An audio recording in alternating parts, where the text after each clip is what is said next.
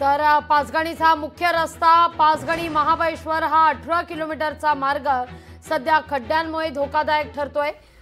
6 महिन्यांपूर्वी महाबळेश्वर पर्यटन महोत्सवाच्या पार्श्वभूमीवर कोटी रुपयांचा खर्च करून तयार करण्यात आलेला होता रस्ता, पण पावसामुळे मात्र या रस्त्याची पूर्ती दैना आली आहे। आढावा घेतले आपले प्रतिनिधी इम्तियाज मुसावर यांनी। महाराष्ट्राचा मिनी काश्मीर म्हणून ओळखला जाणाऱ्या पाचगणी महाबळेश्वर रस्त्याची सध्या मोठ्या प्रमाणात दुरावस्था झालेली आहे। या रस्त्यावरचा प्रवास म्हणजे चंद्रावर फिरल्या असल्याचा प्रवासाच्या प्रतिक्रिया या परिसरावर वाहतूक करणाऱ्या नागरिकांनी दिलेली आहे।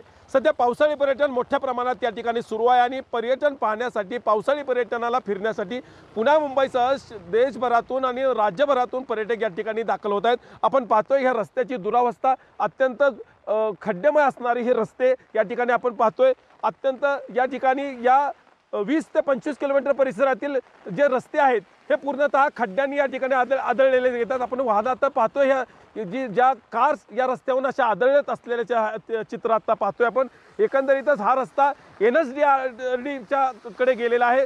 पूर्वी पर्यटन पूर्वी सार्वजनिक बांधकाम विभागाच्या ताब्यात असणारा हा रस्ता आता सध्या NSRDच्या कडे गेल्यामुळे या रस्त्याची डागडुजी त्याचबरोबर या रस्त्याची देखभाल ही करणे हे विभाग विसरून गेले की काय अशी आता परिस्थिती निर्माण झालेली आहे। एकंदरीत रस्त्याची डागडुजी होऊन पर्यटनाला हा रस्ता लवकरात लवकर सुरळीत करावा अशी मागणी या परिसरातील आणि वाहन चालकांनी त्याचबरोबर पर्यटकांनी केलेली आहे। इम्तियाज मुजावर, लोकशाही मराठी, सातारा। तर टोल नाक्यावर पैसे घेतायत की पैसे द्या प्रत्येक व्यक्तीकडून, आणि रस्ते एवढे भंगार आहेत, ह्याच्यामध्ये ऍक्सिडेंट वगैरे झाला तर लोक राहणार नाहीत, एवढे खराब आहेत रस्ते। रस्ते ऍक्च्युली चांगले नाही आहेत।